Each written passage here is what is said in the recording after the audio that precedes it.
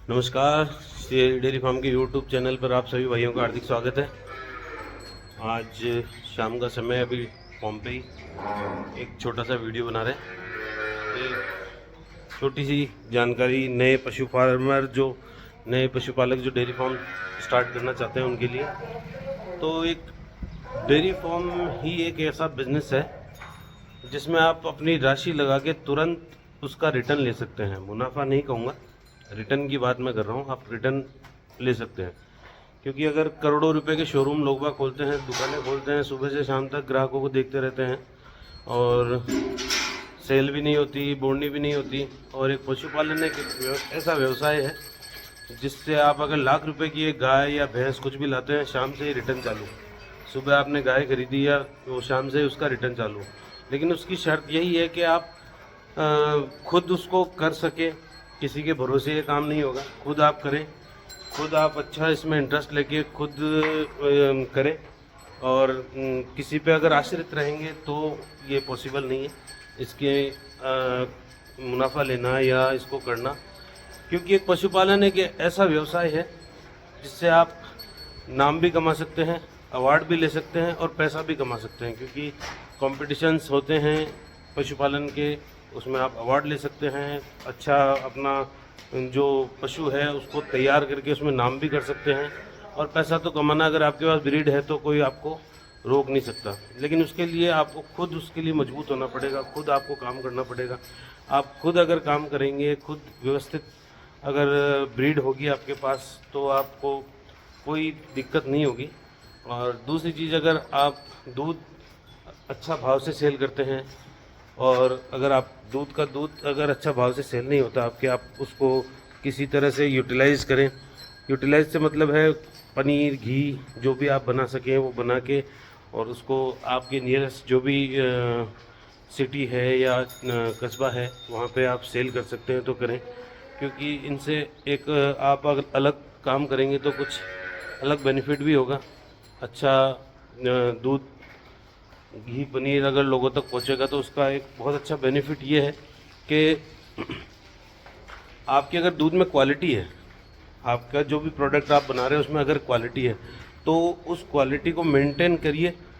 Public अपने आप आपसे जुड़ेगी, आपको कहीं जाके खुद का प्रचार करना नहीं पड़ेगा। अगर आप किसी 2-4 बंदे से अगर आप टच में हैं और अगर उनको अच्छा दूध दे रहे हैं तो पब्लिक ही आपका प्रचार करेगी, आपको खुद को करने की ज़रूरत नहीं है।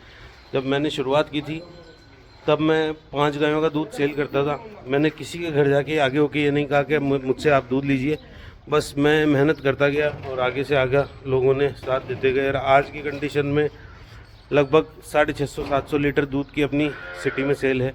और घी, पनीर, ये भी अपना घर का प्रोडक्ट अपन तैयार करके सेल कर रहे हैं, तो किसी तरह की कोई समस्या होगी नहीं। लेकिन अगर आप ये सोचें कि दूध का भाव कम मिल रहा है, उसमें पानी डाल दें या डेयरी पे कर दें, तो उसमें मज़ा नहीं है। आप अगर अगले कस्टमर्स को कहिए आपको अगर अच्छी चीज़ चाहिए तो आपको पूरा उसका पेमेंट करना पड़ेगा। अगर आप उसका पूरा पेमेंट करेंगे तो आप अच्छी से अच्छी चीज़ कंज्यूमर तक पहुंचाइए, सब लेंगे, कोई दिक्कत नहीं आएगी। और दूसरी चीज़, ब्रीड का तो मैं आपको हमेशा बताता ही रहता हूँ, अगर ब्रीड पे फोकस करेंगे तो बहुत ही बेहतरीन हो सकता है। अब आपको ये जो टी बच्ची हमारे पैदा हुई है वो देखो, इसको सबसे पहले दूध निकालने के लिए छोड़ना पड़ता है। लगभग 5 बजे का समय हुआ है और सबसे पहले इसको, क्योंकि ये छोटी है, इसको भूख भी ज़्यादा लगती है, समय होते ही ये ज़ोर ज़ोर से चिल्लाने लग जाती है। और इसको दूध पिला के, और एक बार अभी पिला दिया, एक बार रात को जब सोएंगे उस समय फिर पिलाना पड़ेगा।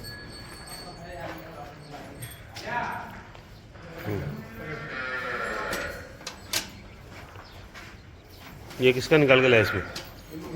हाँ, गिरगल का। ये इसकी भी डिलीवरी हो गई 2 दिन पहले। हाँ, और बस यही है। क्योंकि जब मैंने भी शुरुआत की थी तो मुझे कोई नहीं जानता था यहाँ आसपास में। जब आज की तारीख में सिटी में लगभग सभी लोग बहुत अच्छे मेरे परिचित हैं। और जब मैं पंजाब के मेलों में जाके अवार्ड जीता, तो वहाँ के कई बंदे अच्छे पर्सनली जानने लग गए। अभी भी बहुत अच्छी जानकारी जान पहचान वहाँ भी है। तो इस फील्ड में आने के बाद में ही सब जुड़ा, सब कुछ नाम हुआ, सब कुछ कमाया भी सही, ऐसी बात नहीं है। और एक समय ऐसा था जब बहुत परेशान भी हुए, क्योंकि कुछ नादानियाँ हमारी भी थी। लेकिन अब अगर व्यवस्थित हैं तो सब कुछ इन्हीं की देन है, गायों की, जो अच्छी से अच्छी ब्रीड तैयार कर रहे हैं, काम कर रहे हैं। तो आप ब्रीड पे फोकस कीजिए और दूध पे फोकस कीजिए, अपने आप कारोबार जुड़ेगा, अपने आप व्यवस्थाएं होगी।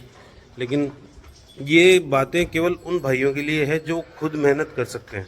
अगर आप किसी के दम पे या किसी दूसरे के भरोसे अगर पशु लेके अगर आप काम करना चाहते हैं तो बिल्कुल मत कीजिए। जब तक आप खुद करेंगे, आपको थोड़ी बहुत नॉलेज होगी, उसके बाद ही आप आगे बढ़ पाएंगे। इसलिए मेरे भाइयों, मेहनत करो और आगे बढ़ो।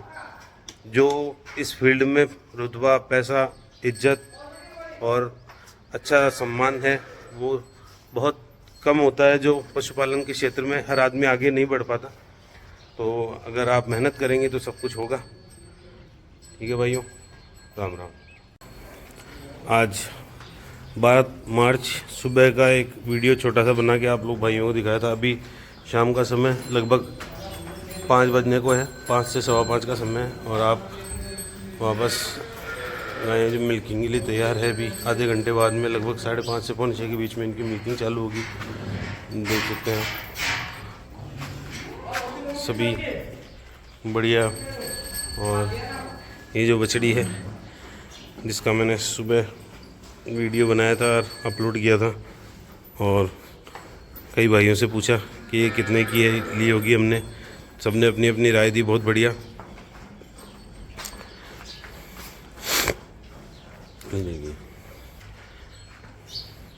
डर से ये मेरी सबसे पसंदीदा गाय, क्योंकि बहुत परेशान होने के बावजूद वापस तैयार होके मेहनत थोड़ी हमने की, थोड़ा कुछ इससे मांगत होगी तो आगे व्यवस्थाएं होती गई। और उधर जो ये गायें हैं सब अब ड्राई पे हैं। अब इनको हम ड्राई कर रहे हैं ताकि आने वाले 2 से 3 महीनों में, लगभग 1.5 से 2 महीने में ये सब डिलीवरी करी। ये दोनों गायें तो अभी नहीं हुई क्रॉस, बाकी ये सब उधर की गायें ज्ञापन है। और लगभग ज्ञापन तो इनमें से भी सारी हो गई। इसके पिछले महीने मतलब 1 महीना लगभग हो गया सीमन लगवाया था। हैवी गिर का जो इसका वीडियो है यूट्यूब पे, उसमें इसके सीमन लगवाया था CRV का, फिशरमैन का। और ये वापस नहीं बोली, इसका मतलब ये कंसीव ठहर गई। और अब इसके भी सीमन लगवा चुके हैं। अब ये भी बाकी है, ये भी हिट में नहीं आई। ये भी क्रॉस हो चुकी है, ये भी क्रॉस हो गई। नहीं, इसके अभी सीमन इस बार हमने हिट खाली छुड़ाई, अभी इसको कंसीव नहीं करवाया।